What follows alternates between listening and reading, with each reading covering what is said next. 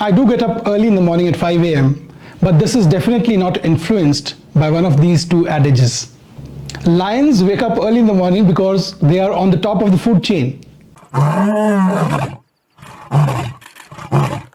Surgeons, on the other hand, wake up early so that they can attack the day with optimism and full of drive. Researchers at the Duke University Medical Center concluded in 2006 in a paper that was published that troubles after surgery are significantly higher if surgeries are done later in the day. In this video, I list 8 reasons why I wake up early and why I start my surgeries at the crack of dawn. So stay on.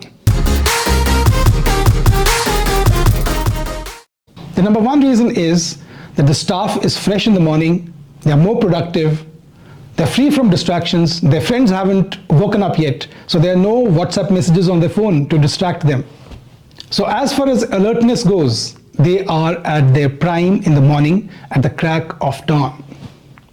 When the patient, the night before the surgery, sleeps late, he sometimes is overwhelmed by negative thoughts about the surgery. And there is so much negative information on the World Wide Web, on YouTube, about hair transplants, that this is logical for him to feel anxious and worried about the next day. So when we ask the patient to reach the clinic at 7 o'clock or 6:30, it is logical that he will go to bed early. And when he comes to the clinic, he'll be full of optimism, he'll be fresh, he'll be free from distractions. And by the time he reaches the OR at 7 a.m., without his phone, his mom hasn't woken up yet. Moms are a great discouragement to the children who are undergoing a cosmetic surgery procedure.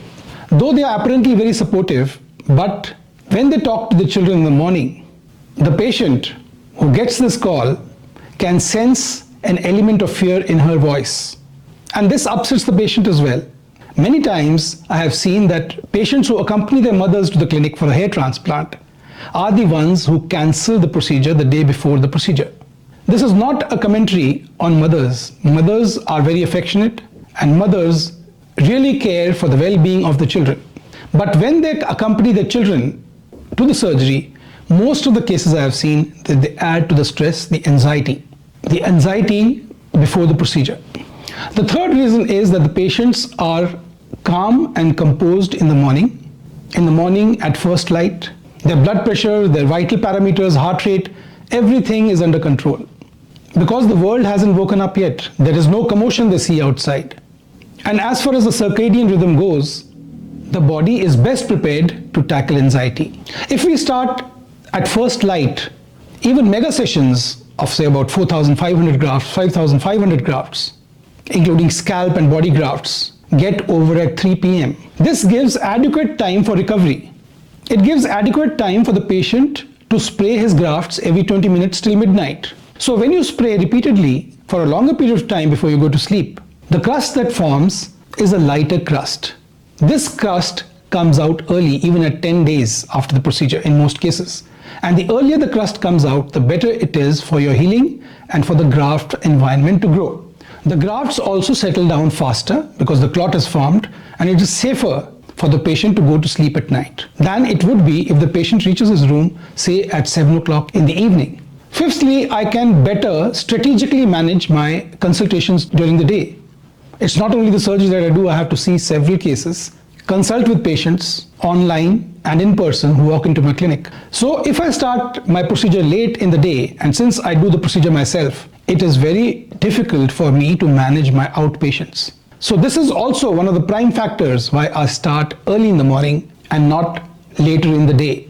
Another reason is that the patient before the procedure is advised to take light diet, only juice in the morning or a cup of milk, and not to take anything solid, because in hair transplant the patient will be lying down on his belly, face down, and many people who have a full stomach will feel queasy, they'll feel nauseous. So therefore, patient has had a very light diet in the morning, and if we inordinately delay the surgery, do it later in the day, he'll feel very hungry by the time the procedure starts.